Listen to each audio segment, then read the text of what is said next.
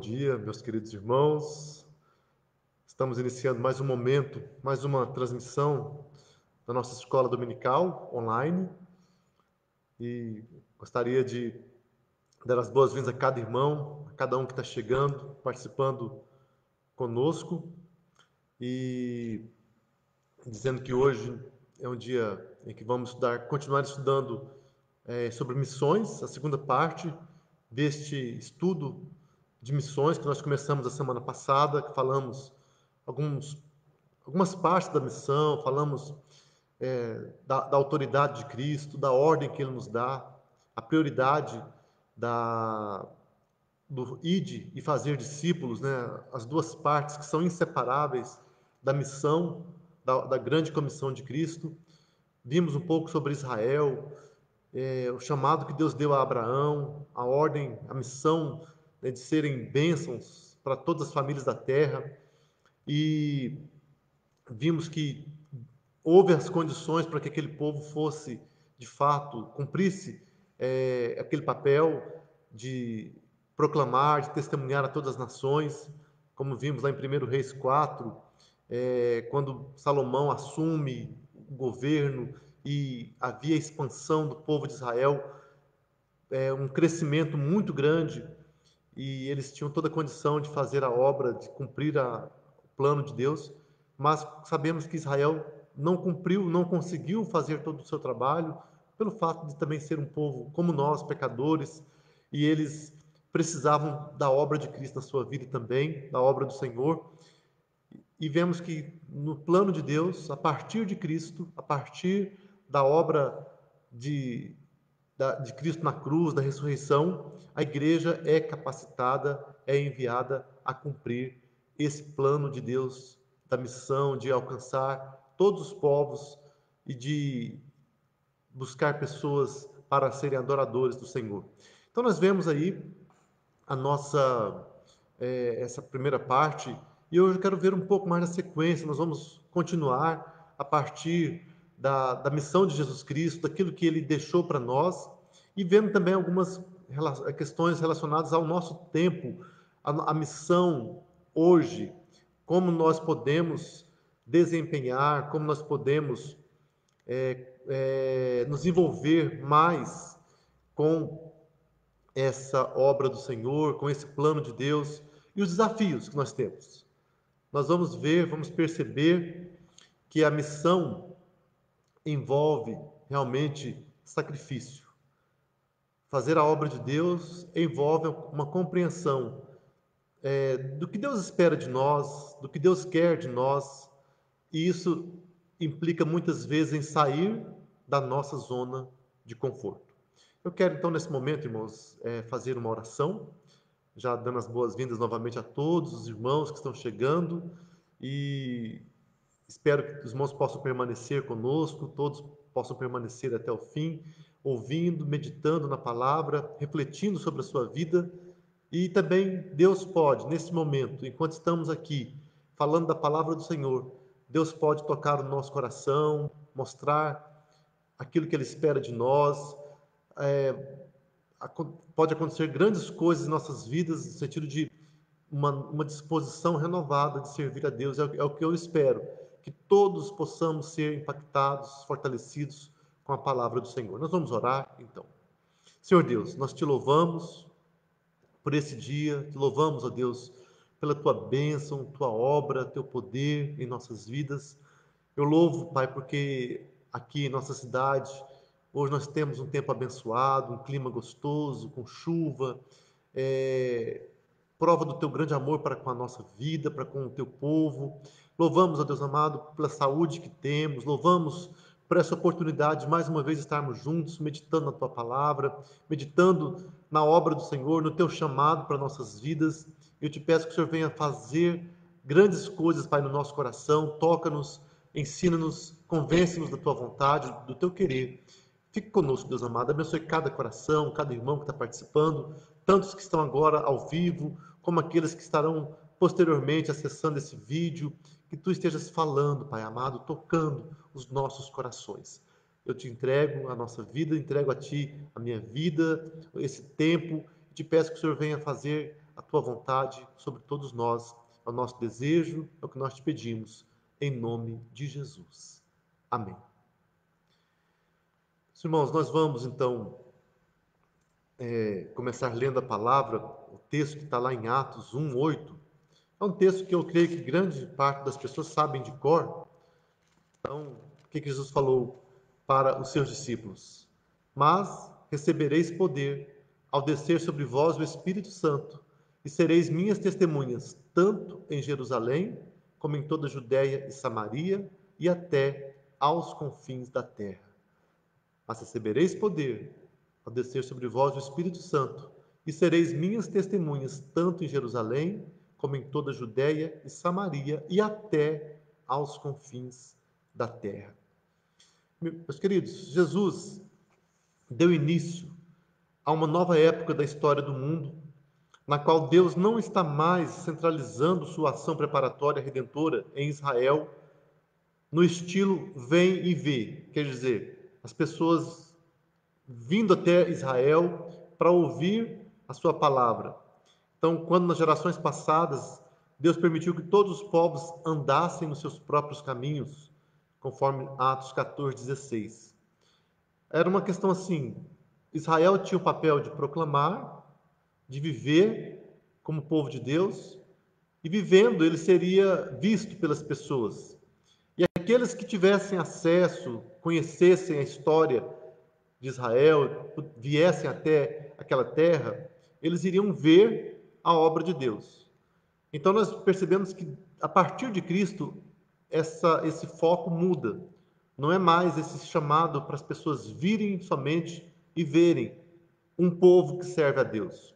Mas nesse momento, a partir de Cristo, com total cumprimento do Evangelho do seu Filho, Deus ampliou a sua abrangência, por assim dizer, a todas as nações e inaugurou a época do poder do Espírito de ir e contar, ou melhor, ir e fazer discípulos.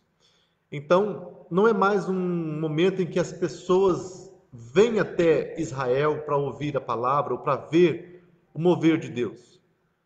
O momento a partir de Cristo é que a igreja é enviada a ir e contar para as pessoas, contar da obra de Cristo, contar dos acontecimentos, contar do plano redentor de Deus.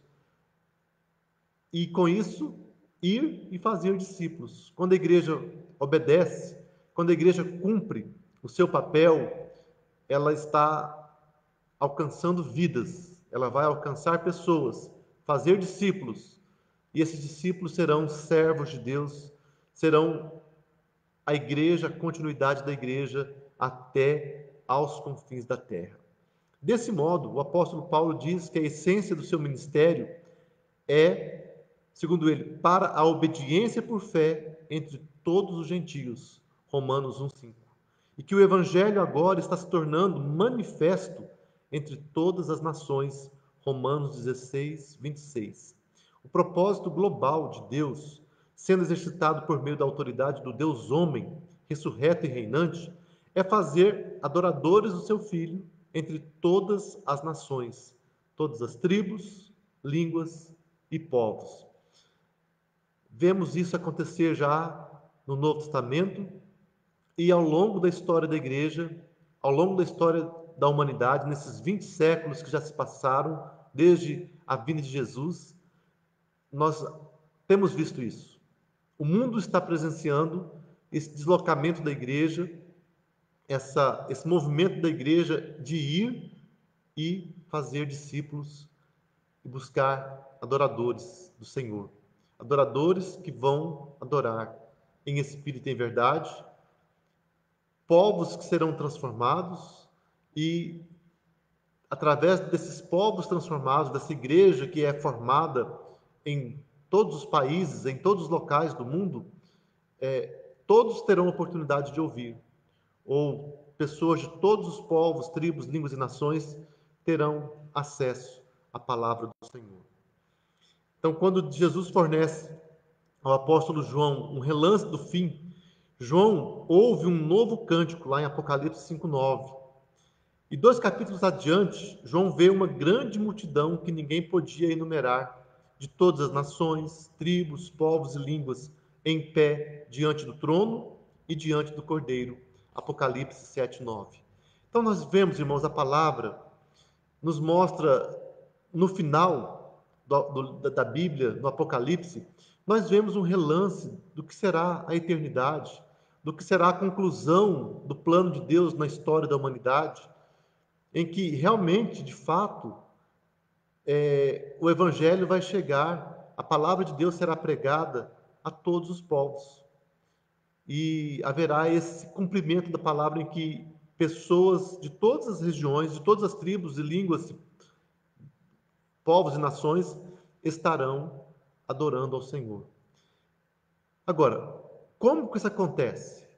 Como que nós passamos de Mateus 28, 18 a 20, com a ordem de Jesus, com aqueles 12 discípulos ou 11 discípulos, e mais os apóstolos, e mais os discípulos que estavam ali, como que isso acontece daquele número pequeno, reduzido de cristãos, para uma grande multidão, para esse tempo final?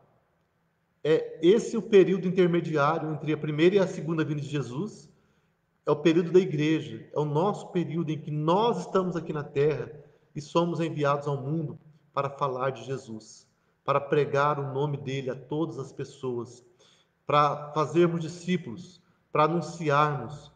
E isso envolve da igreja, quer dizer, da minha parte, da sua parte, nós como cristãos, nós como discípulos de Cristo, nós somos chamados a termos um compromisso vivo, a termos uma vida voltada para esse plano de Deus.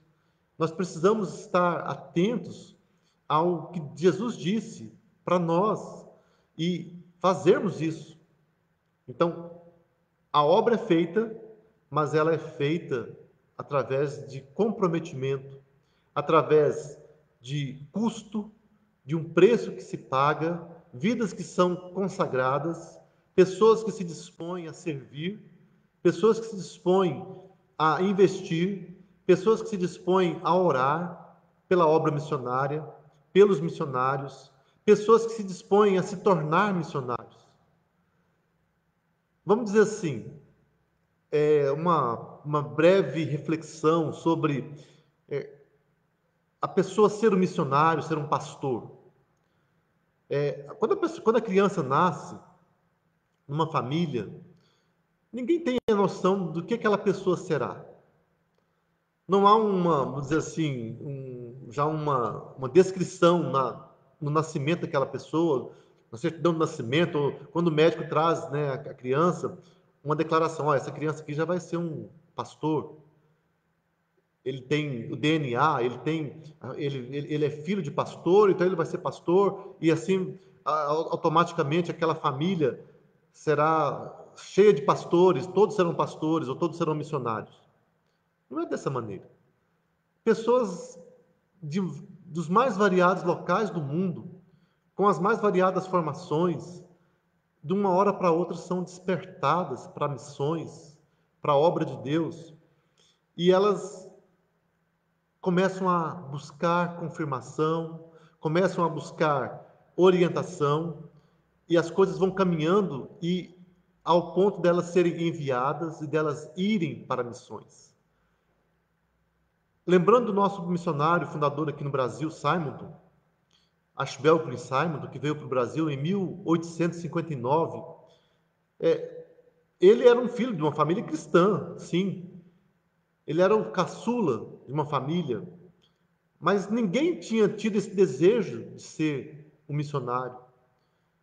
Todos serviram a Deus no seu lugar, no seu país, mas Simonton sentiu o desejo de servir a Deus em lugares diferentes. E ele foi direcionado para o Brasil, um país difícil. E ele veio e serviu no nosso país. Em pouco tempo ele cumpriu o propósito que ele tinha, ele implantou a igreja, ele organizou o presbitério, ele organizou um jornal, ele começou um primeiro seminário no Brasil. E em 8 anos de trabalho no Brasil, ele vem a falecer. Ele, com 34 anos de idade, ele morre. Depois que a sua esposa tinha morrido, deixando a sua filhinha órfã, de pai e mãe, e ele cumpriu o propósito. Seus irmãos ficaram nos Estados Unidos como médicos, como empresários, família grande nos Estados Unidos. Mas Simon deixou uma única herdeira e a sua filhinha Ellen, ela cresceu, se tornou adulta, viveu uma vida normal, mas não se casou e não deixou descendência de Ashbel Green Simonton. Mas o Brasil tem tantos descendentes espirituais de Simonton, tantos filhos espirituais de Simonton, a Igreja Presbiteriana do Brasil e tantas igrejas que se formaram a partir da nossa igreja, tantos cristãos que foram convertidos através da nossa igreja no nosso país, através do trabalho daquele homem. E depois de Simonton vieram Blackford, Schneider, Chamberlain, tantos outros missionários americanos que abriram mão do seu país, do seu conforto, para plantar a igreja no nosso país. E por isso que hoje nós temos uma igreja, como a nossa igreja presbiteriana no Brasil, que tem mais de 600 mil membros no Brasil, quase, alguns chegam ao ponto de achar que temos 1 milhão de membros, a IPB, e tantas outras igrejas que têm aí quantos milhões de cristãos no Brasil. Hoje nós somos no Brasil aproximadamente uns 50 milhões de evangélicos, de cristãos evangélicos no nosso país. Isso através do trabalho sacrificado, o sacrifício desses irmãos, dessas pessoas que foram chamadas por Deus. Então, queridos, a questão é, não temos que ter vamos dizer assim, uma família única que vai servir, mas são cristãos de vários lugares. Talvez uma pessoa que está lá no interior do país, como nós estamos, todos estão no interior, a grande maioria, a capital é Brasília, os grandes centros são poucos. Muitas vezes são pessoas simples, pessoas que estão vivendo uma vida consagrada ao Senhor e são tocadas por Deus, são chamadas por Deus e começam ali do interior de uma cidadezinha pequena, vai se preparar e ele acaba indo para um lugar distante fazer diferença em lugares os mais variados do mundo. E aí Deus usa aquela pessoa de um modo tão especial. É tremendo, irmãos, pensar em missões. Mas também, ao passo que falamos do exemplo de Simonton, ou de tantos outros missionários que se dispõem a servir, infelizmente há muitos cristãos que nem sequer pensam que há um trabalho missionário a ser realizado, que há uma obra de Deus a ser realizada. Muitos estão pensando apenas no seu dia a dia, no seu trabalho, na sua família. Isso, infelizmente, é uma situação real. E quantos que têm, talvez, recursos financeiros que poderiam investir de maneira a abençoar a obra do Senhor, e muitas vezes ele nem pensa nisso, nem imagina. Mas eu quero que nessa manhã, cada um de nós que está ouvindo essa palavra, que nós possamos pensar nisso, para chegar naquele momento que que temos em Apocalipse, de ver aquela multidão, de ver o cumprimento da obra de Deus, há um intervalo, há um tempo de trabalho, há um tempo que nós precisamos nos envolver. E o chamado, irmãos, é para todos os cristãos, é para todos os servos de Deus. Nós temos responsabilidade com a obra missionária, com a expansão do Evangelho, com fazer discípulos. É claro que nem todos vão para o outro lado do mundo para fazer a missão. Nem todos vão para um seminário se preparar para ser um pastor, mas todos os servos de Deus precisam viver neste mundo pregando, viver neste mundo com essa convicção, sabendo que ele tem um papel. Então olhe para o seu lado, veja quem está perto de você, quem que está diante de você e qual que é a oportunidade que você tem de falar para aquela pessoa. E fale para aquela pessoa, pregue para aquela pessoa. Um missionário contou que lá numa tribo da China, numa das etnias da China, entre muçulmanos naquela região, a média para que uma pessoa se converta ouvindo a palavra de Deus é que ela tem que ouvir pelo menos 40 vezes a pregação, a exposição do Evangelho. entre aqueles que se convertem, geralmente eles precisam ouvir, eles ouviram em torno de 40 vezes, 40 momentos em que foi pregado, foi ensinado, foi explicado para ele sobre o nome de Jesus. Uma pergunta que nós nos fazemos é: quantas vezes nós temos pregado? Será que nós estamos dispostos a falar para uma pessoa 40 vezes? Será que estamos dispostos a investir 40 semanas, ou 40 dias, 40 momentos ou mais para que uma pessoa se converta? Ou nós somos imediatistas, instantâneos, geração fast food, como a gente fala muitas vezes, queremos que, queremos que seja em um segundo, em um minuto. A gente chega no McDonald's, por exemplo, num restaurante desses aí, e pede um lanche, dentro de um minuto, menos está pronto o lanche, queremos e comemos, e queremos que tudo seja muito rápido. Mas a obra de Deus, irmãos, ela envolve tempo. Tempo de dedicação, de preparação, investimento em vidas, caminhada, discipulado. Para fazermos discípulos, nós precisamos andar com as pessoas, nós precisamos investir tempo, uma ligação telefônica, um contato pessoal, não só um, mas vários, até o momento que a pessoa vai entender e vai aceitar, receber a palavra, se entregar. É o plano de Deus, nós precisamos pensar nisso.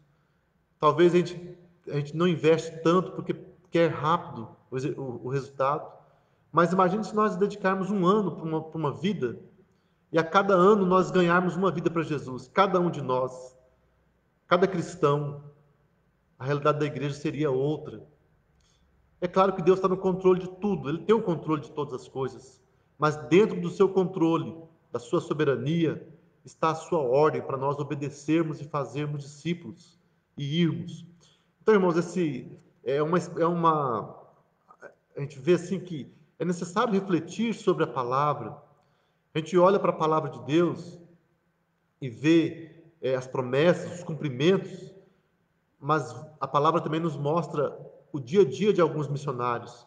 Nós vemos o apóstolo Paulo, Pedro, João, nós vemos ali Tiago, vemos os colegas, os companheiros de Paulo, Timóteo, Silas, Epafrodito, tantos homens de Deus, tantas mulheres, Áquila e Priscila, Lídia, a família de Timóteo, a avó de Timóteo, a mãe de Timóteo, tantas pessoas que dedicaram, que foram usadas por Deus para fazerem a obra do Senhor. E isso implica em preço. E eu quero falar hoje com os irmãos um pouco mais sobre essa questão: preço, compromisso, sacrifício que devemos fazer na obra do Senhor, na obra missionária, pela obra do Senhor neste mundo. Então, há um estudo, na atualidade, nós temos visto a questão, uma comparação entre o Ocidente pós-cristão e o Sul global. Quando falamos do Ocidente, pensamos em Europa e Estados Unidos, ou então Europa e América do Norte, que são classicamente chamado mundo ocidental, o primeiro mundo, vamos dizer assim, e foi também o mundo cristão. Por 16, 17 séculos, foi a região mais cristianizada do mundo, e foi ali o centro de missões, o centro do evangelismo no mundo. E quando falamos do sul global, nós pensamos na América Latina, na África e na Ásia.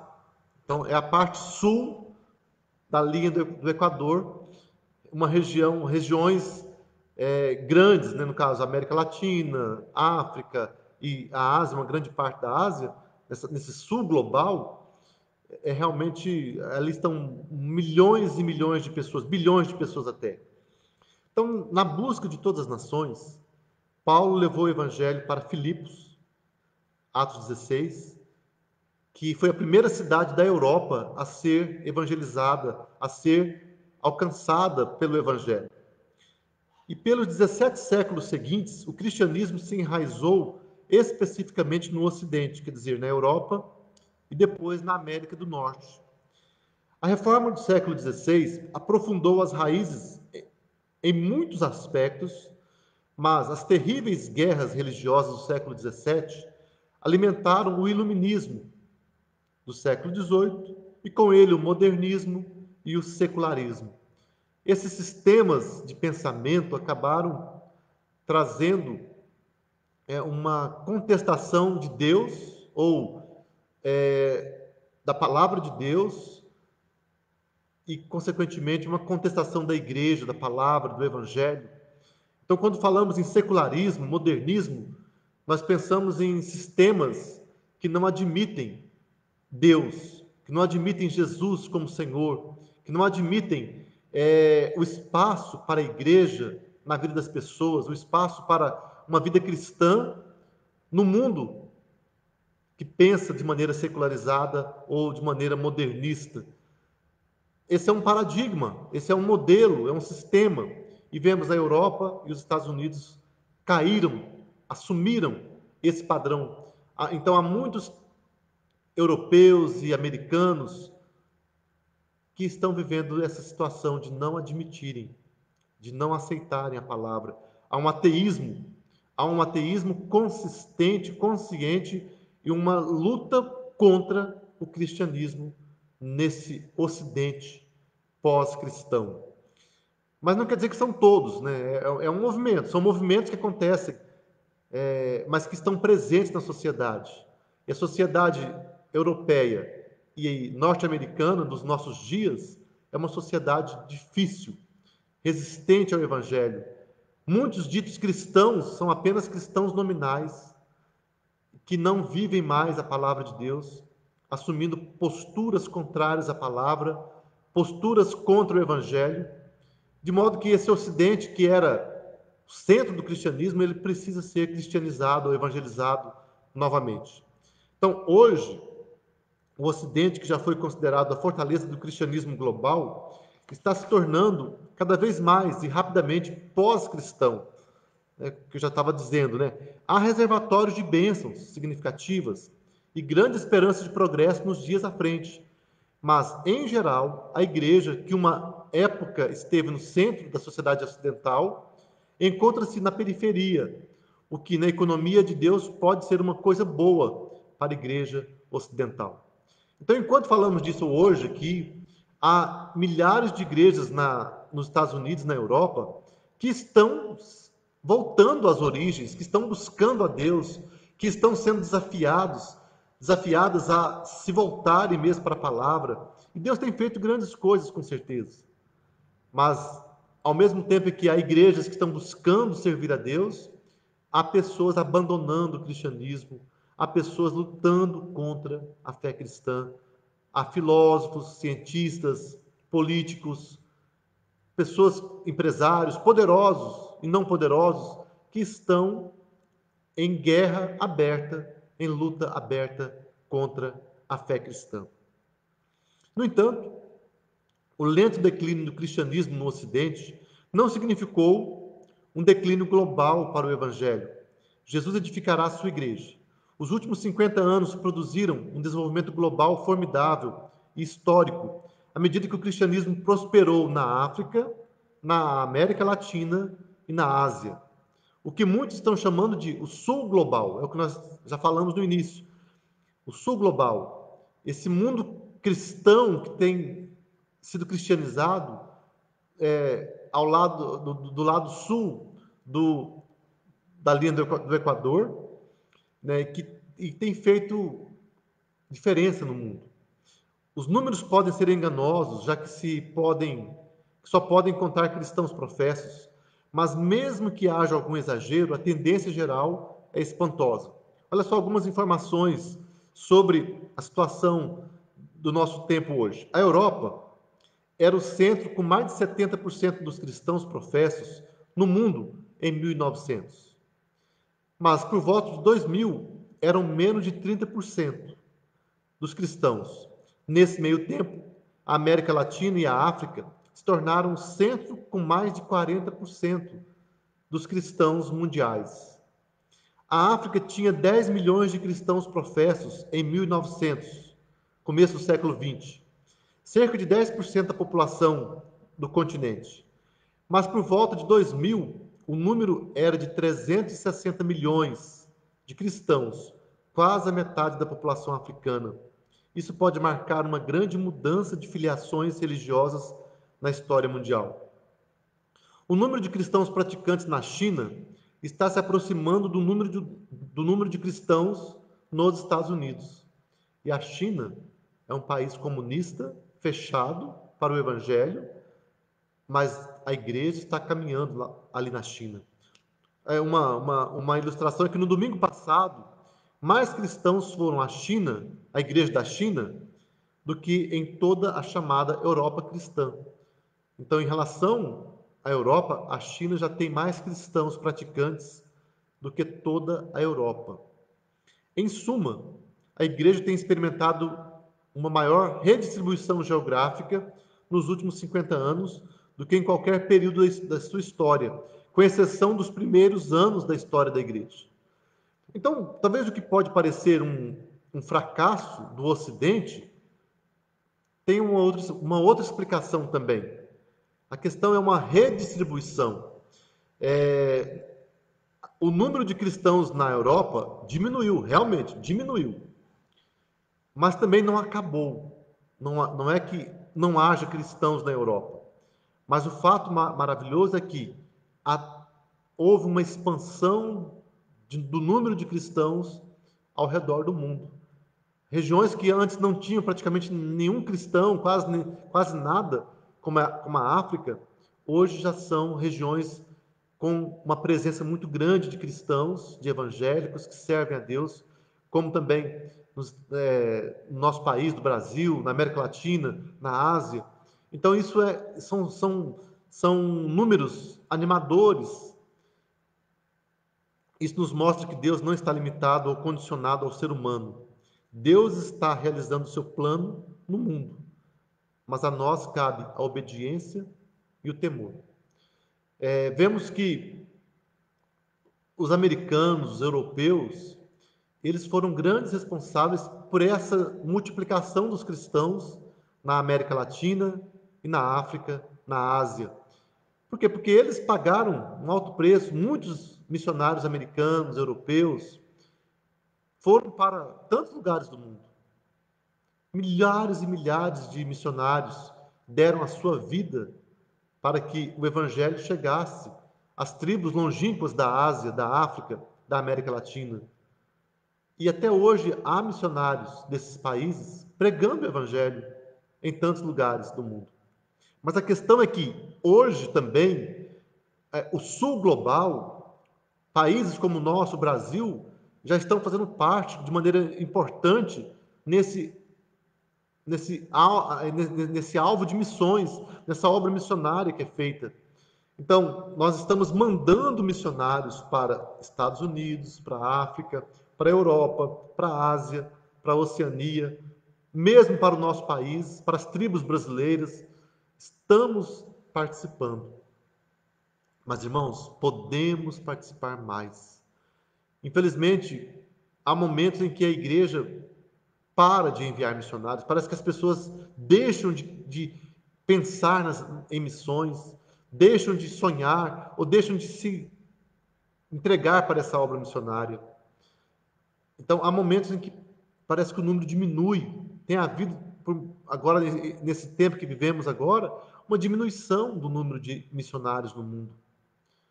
Mas Deus nos chama, Deus desafia, Deus nos mostra que é necessário que mais pessoas estejam se envolvendo com missões, se dispondo a ir, a falar, a pregar o nome de Jesus.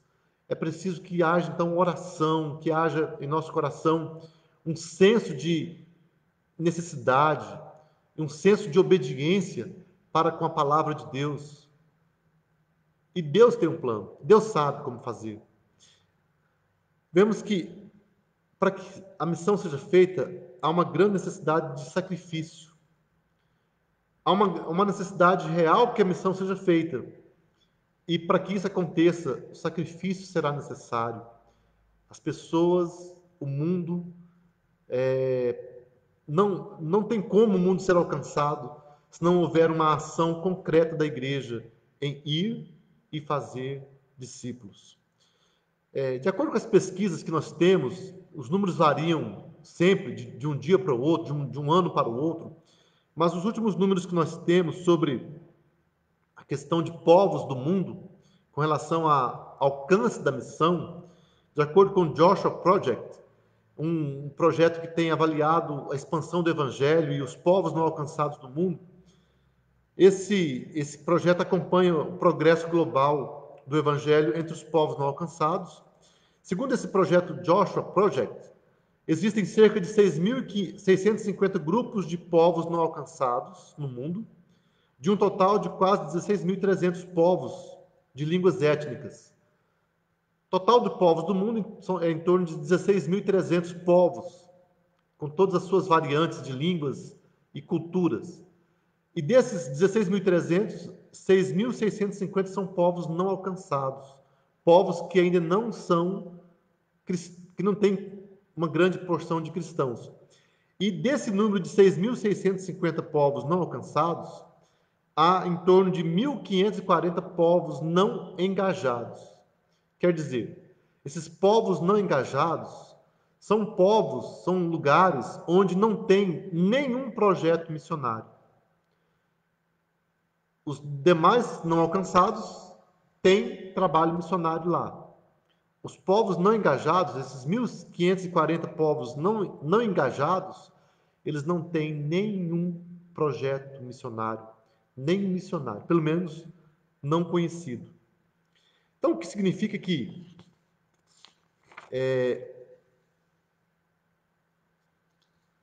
não há um trabalho entre eles, né?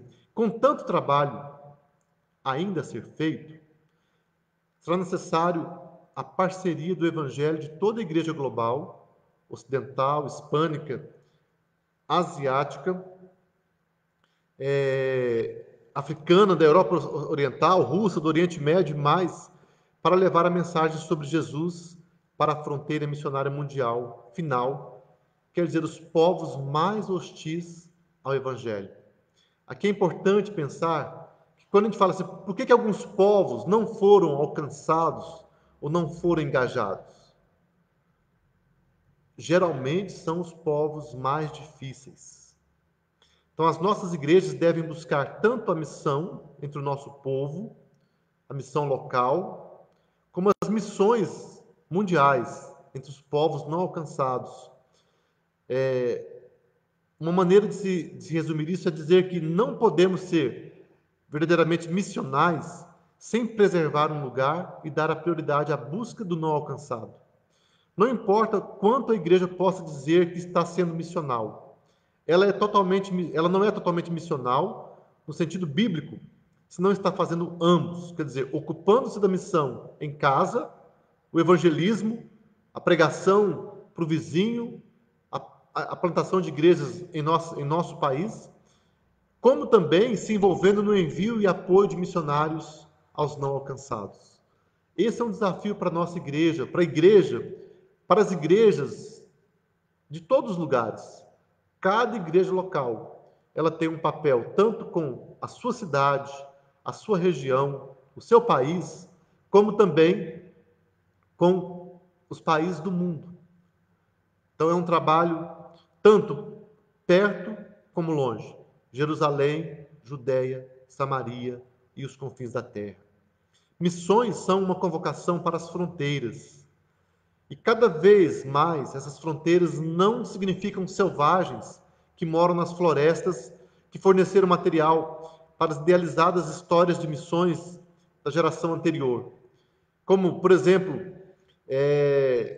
o Totem da Paz, né? Aquele trabalho, a missão que foi feita por Dom Richardson nas tribos de Nova Guiné, da Papua, também sobre a história de John Eliot, os missionários que vieram para o Equador, que morreram ali no meio da tribo dos Aucas.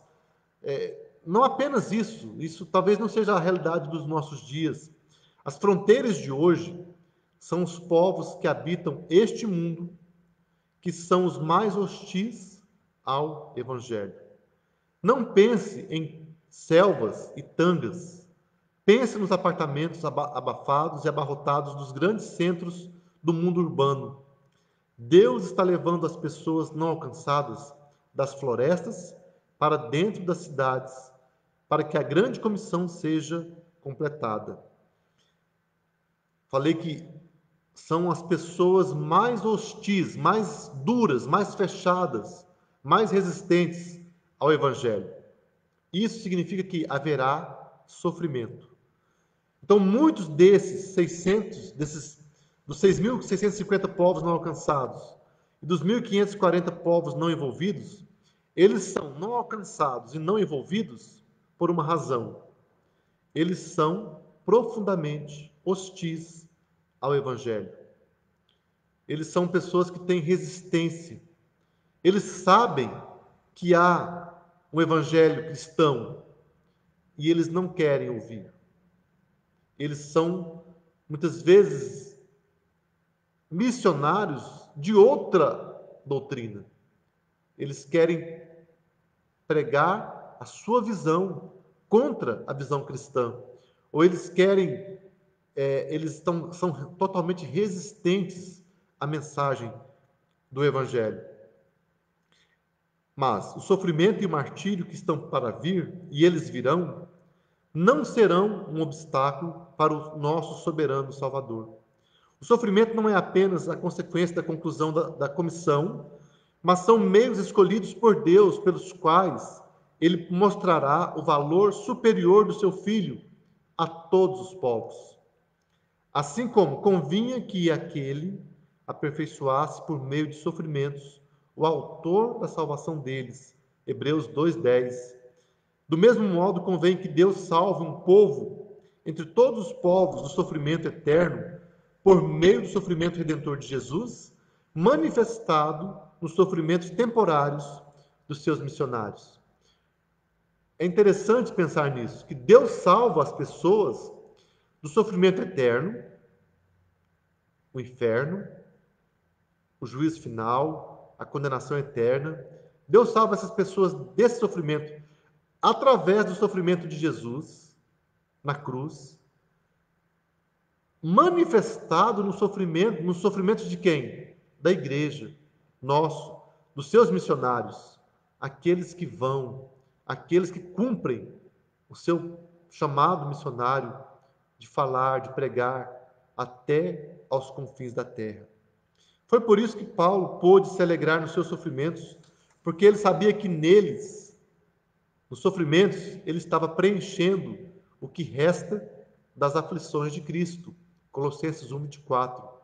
O que está faltando nos sofrimentos de Jesus não é o seu valor redentor, mas a sua apresentação pessoal às pessoas mais hostis, às pessoas pelas quais ele morreu, os mais hostis, os perdidos, não importa se são abertos, se são pessoas simpáticas ao Evangelho ou não, Jesus morreu pelas pessoas deste mundo.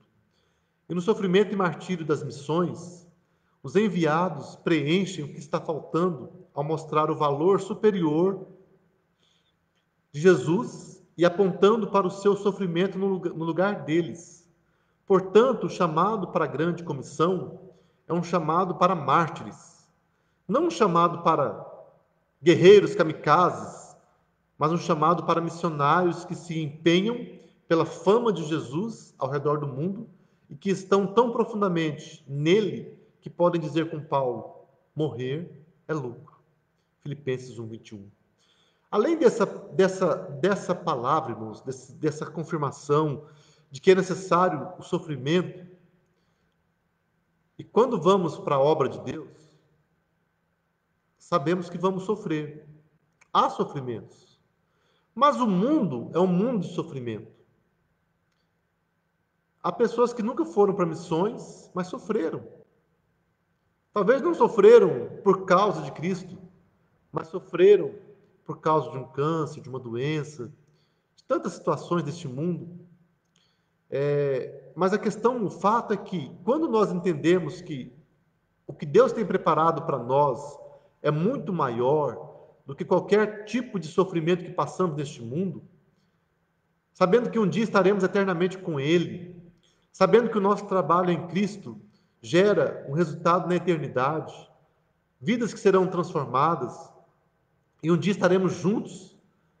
E o que nós perdemos hoje, quando nós perdemos sobre questão de ou financeiro, ou perdemos o contato com a família, o convívio com a família, perdemos a comunhão, aquele amor que a família nos dá, perdemos alguma segurança que temos, perdemos tantas coisas por amor a Cristo.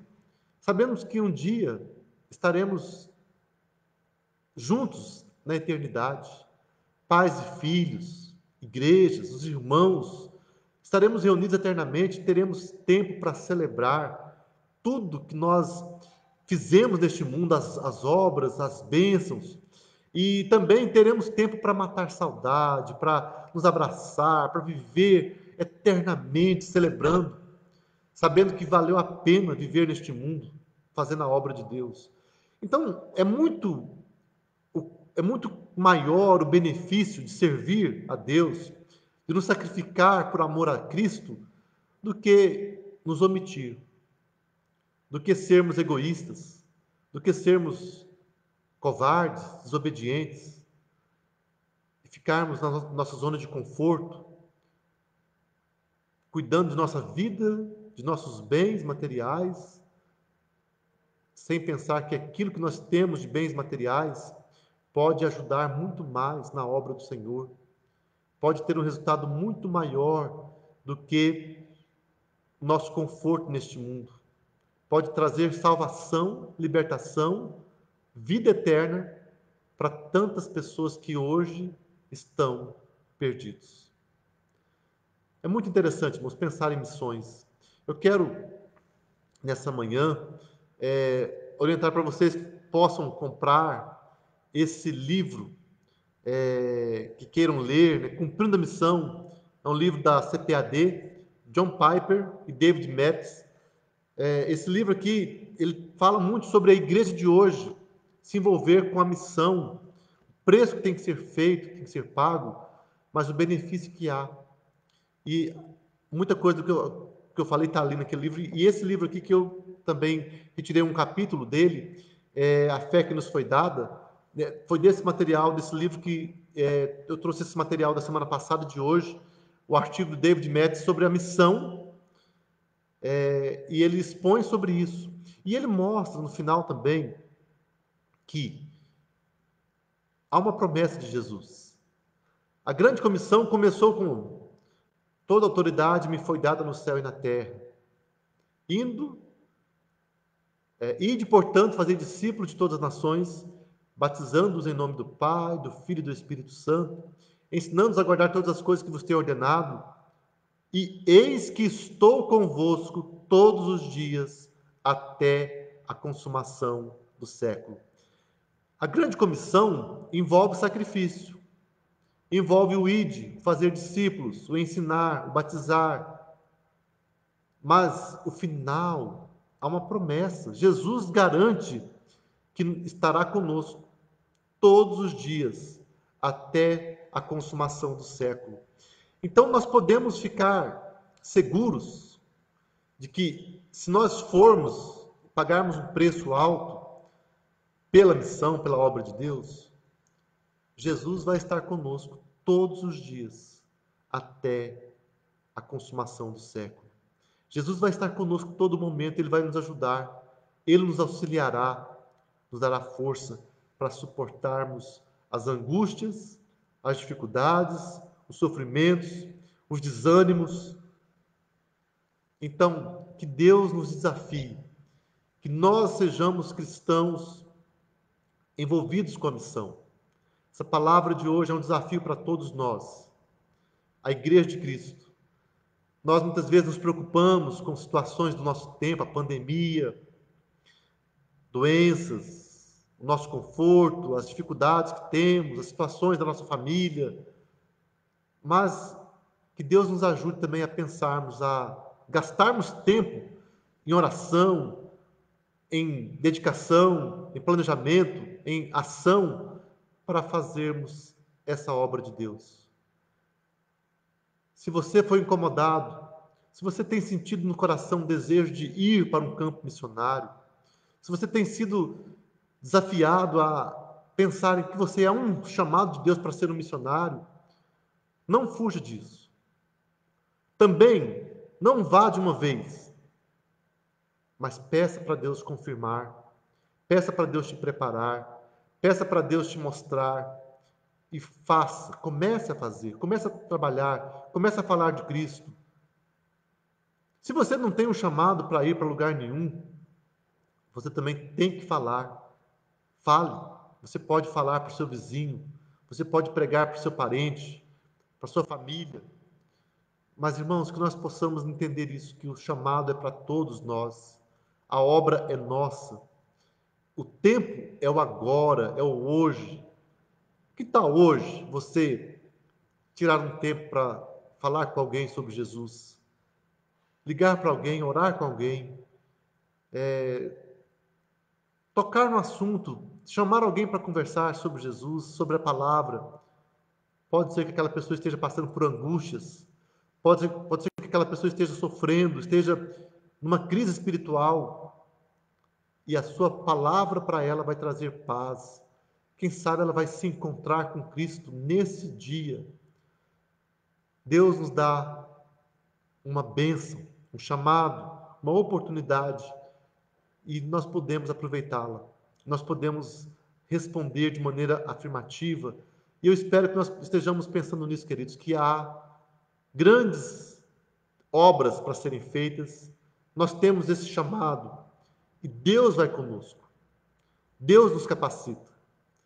Eu espero que sejamos desafiados, impactados, renovados com essa palavra. Nós temos exemplos de tantas pessoas que se dedicaram a sua vida, deram a sua vida por amor a Cristo. Isso não foi em vão. Houve um resultado. Simon não morreu em vão. Ele deixou um legado. Ele deixou uma igreja plantada em nosso país. Seu esforço foi grandioso, foi valoroso e foi usado por Deus para essa obra que foi feita. E há tantos exemplos na história. O apóstolo Paulo, os missionários morávios, Hudson Taylor, William Carey, missionários brasileiros, temos tantos colegas, tantos irmãos servindo, pregando a palavra, e eles são usados por Deus. Deus tem usado seus filhos, que nós possamos ver uma geração de missionários sendo levantada, de jovens, de pessoas que vão se dedicar, se doar, se entregar para a obra do Senhor, sabendo que esse trabalho é o trabalho mais maravilhoso. Todos os trabalhos são importantes, mas imagine nós levarmos a vida, a salvação, para aqueles que não a têm. É um privilégio tremendo. Que Deus nos abençoe, queridos. Que Deus nos toque. Que Deus nos desperte para a obra missionária.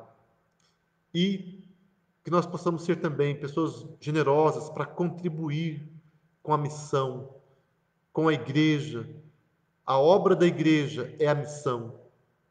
Então, o nosso investimento, os nossos dízimos e ofertas que são entregues, eles têm uma finalidade, que é essa obra do Senhor. Que nós possamos orar por isso, que nós possamos investir na obra do Senhor. E Deus é fiel. E Ele vai levar a cabo o seu projeto. E no final da história, nós vamos estar juntos com aquela multidão de cristãos, todos salvos, estaremos adorando ao Senhor e vamos perceber que realmente valeu a pena. Foi tremendo viver neste mundo e servir. Deus nos abençoe. Amém, queridos? Eu vou orar. Deus amado, nós te louvamos porque podemos viver neste mundo e podemos fazer parte da obra do Senhor. Te louvo pelo privilégio que eu tenho de ser pastor, de ter sido chamado por Ti para essa obra tão significativa, tão maravilhosa. Que privilégio, Pai amado, poder servir a Tua igreja, poder falar da Tua palavra para os Teus filhos, poder ser instrumento nas Tuas mãos, na salvação, na pregação, na proclamação do Teu nome. Deus amado, muito obrigado, Senhor Deus. Obrigado pelos irmãos que estão participando hoje nessa escola dominical, os irmãos de Rolândia, e cada irmão que está participando conosco. Que o Senhor venha aplicar essa palavra no nosso coração, para que todos sintam esse impacto, esse desejo, esse chamado para a obra do Senhor. E que o Senhor venha usar-nos para a tua glória, que o Senhor venha nos usar na obra do Senhor. Abençoe a tua igreja ao redor do mundo, os missionários que estão no campo missionário, vai à frente deles. E também, Deus amado, eu te peço, desperte mais e mais missionários, jovens, homens, mulheres, que possam ir para os campos missionários, para os ministérios, para o seminário, para o ministério pastoral, para o ministério da palavra. Ó Deus amado, chama, desperta, capacite.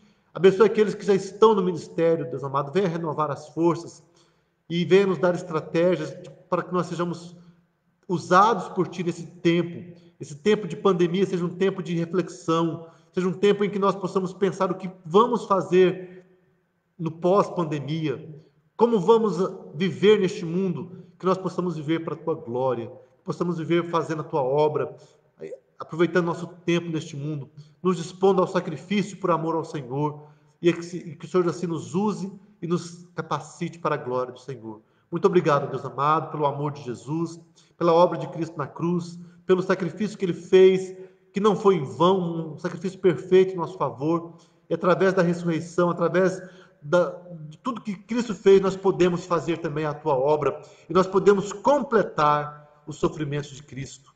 Nós podemos demonstrar para as pessoas o que o Senhor tem feito e que as pessoas possam perceber que a morte de Cristo na cruz foi por elas também. Ó Deus amado, que o Senhor faça a tua obra, a tua vontade em nosso meio. Muito obrigado, Deus amado, pela tua presença, pela tua palavra, pela nossa vida. Continue conosco, nos abençoando, nos guardando. Vem nos ajudar, Deus amado, vem nos fortalecer. Somos teus. Vem sobre nós. Te pedimos a tua bênção, te louvamos. Em nome de Jesus. Amém. Queridos, eu quero me despedir, saudando a cada irmão. Que bom estar aqui com cada um de vocês. Eu quero saudar a cada um, rapidamente, dando um abraço a cada um dos irmãos. Eu vejo aqui os comentários, minha mãe, Dona Francisca, meu pai, com certeza estão juntos ali. Deus abençoe, queridos, uma alegria tê-los. Vejo aqui o Weber, a Elisa, família. Deus abençoe vocês, queridos. Zé Roberto, Simone, sua família. Cleverson, Cristina, sua família, todos queridos aí. O Valdinei, a Eliane, Deus abençoe vocês, queridos, Heitor, a Alice. Ó, irmãos, também, Deus esteja vendo aqui o nome do Valdinei e da Eliane. Desafio os irmãos estarem orando pela Eliane, pela Alice. Estão indo para Ribeirão Preto essa noite. Amanhã a Alice terá consulta, continuidade do tratamento do seu olhinho. Que Deus tenha cuidado, abençoado. Deus vai à frente, abençoando vocês, queridos. Vamos orar pela Eliane, pela Alice, que vão nessa consulta médica amanhã.